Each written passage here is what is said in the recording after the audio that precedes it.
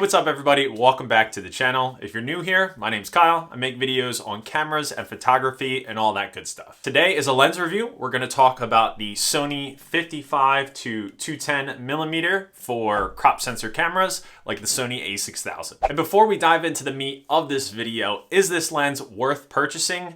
Yes. Does this lens have great image quality? Yes. And what do I recommend this lens for? A whole bunch of different things: portraits, birding, wildlife, even just a walk around lens, a bunch of different stuff, and we're going to talk about it in the video. Okay, so the first thing I want to talk about this lens is the price. If you look on Amazon, the full price of this lens is around like $350 brand new. There's two different colorways for this. There's the black, which is the more expensive. Then there's also a silver version, which is like $315. So if you want to save some money, you can get the silver over the black version. Then there's also international versions, which not every lens has this option, but for some reason, the 55-210mm has international versions. I believe if you look in the listing, there's no warranty for the lens, so that's why it's cheaper. And then depending on where it also gets shipped from, the international versions are around like $245. So then you're saving even more than the silver version. So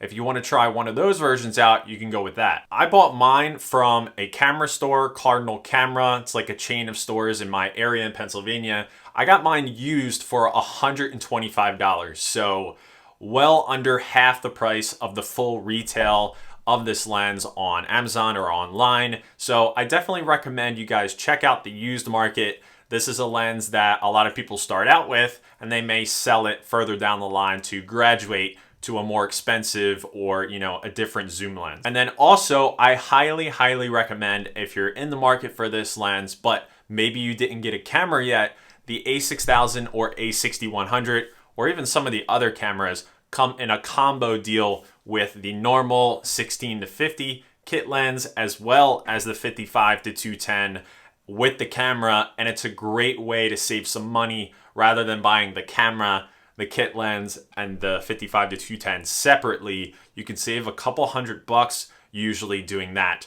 And I would recommend looking at that in, November, December, January, those months. You can typically get like an $800-ish, $850-ish deal on that.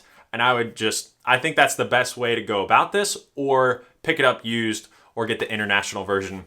Anyway, there's a lot of different ways you can pick this lens up for less than full price. Okay, then let's talk about how the build quality is for this lens. It comes in at around 344 grams. It says it's heavier than, say, the 18-105 by Sony, but it doesn't feel heavier. I don't know if that's because it's a narrow build, but I think the build quality is great. It's nothing, extraordinary, but it's pretty sleek.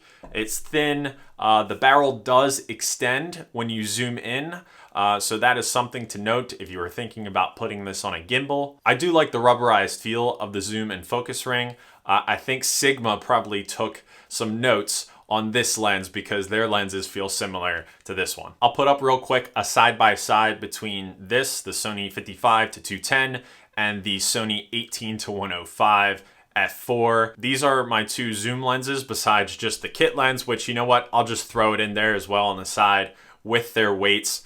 I don't understand how the 18-105 weighs less. It doesn't feel like it in the hands. I wish I had a scale to maybe prove Amazon wrong, but anyway, the Sony 55-210 is clearly the longest lens out of the bunch when it's fully extended out to 210 millimeters. The lens doesn't feel like this gargantuan thing on the camera. When you put a lens hood on it, I guess it looks way longer. The filter thread on the 55-210 is the same as the Sony 35mm f1.8. So you can take the lens hood of the 35 and you can slap it on the front of this guy, so it looks like that. But I believe it also has a different lens hood that it comes with, but I bought mine used and it didn't come with it. The lens definitely matches the aesthetic of the Sony a6000. Some people call this the other kit lens for that camera, and it's perfectly fitting. Its finish is exactly the same as, say, the a6000 or a6100, and it looks great on camera. Okay, so we talked price, different ways to get your hands on this lens, as well as the build quality, look and feel, and things like that. Let's jump into some photo examples, and then after that, we will talk all about the different use cases and things like that, but here are some examples of what I've been able to shoot with this lens.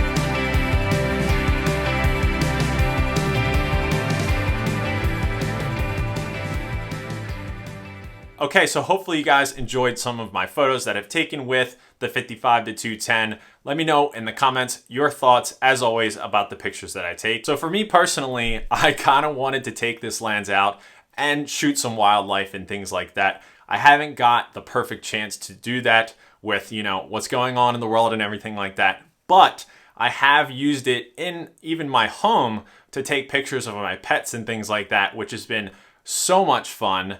I'm gonna put a picture on the screen here of like our living room and stairs, kind of where you walk in our house. I've been leaving my a6000 kind of at the front door, so with this lens on it, and as I come up the stairs, if our pets are in the far corner of the living room in our yellow chair, I can shoot photos of them with the zoom lens on there, and it's been a lot of fun, like catching them falling asleep on the chair and things like that. So just a small, funny way that I've been using this lens and able to zoom in across the house and, you know, not wake them up and take some cute pictures. I did remember to take this lens with me when we went to a pond the other day, and I got to shoot a bunch of ducks in different ways and stuff like that. And I was pleasantly surprised with how good the images came out. This lens isn't the sharpest lens in the world. You're not buying this lens to have the sharpest image quality ever, but I don't think it's terrible at all. I know some people nag on this lens for not being so sharp, but I think when you purchase this lens used, or at least in some cheaper capacity, that, you know, the image quality is well worth the money that you're paying, in my opinion. Not when you're getting closer to like the $400, $350 range.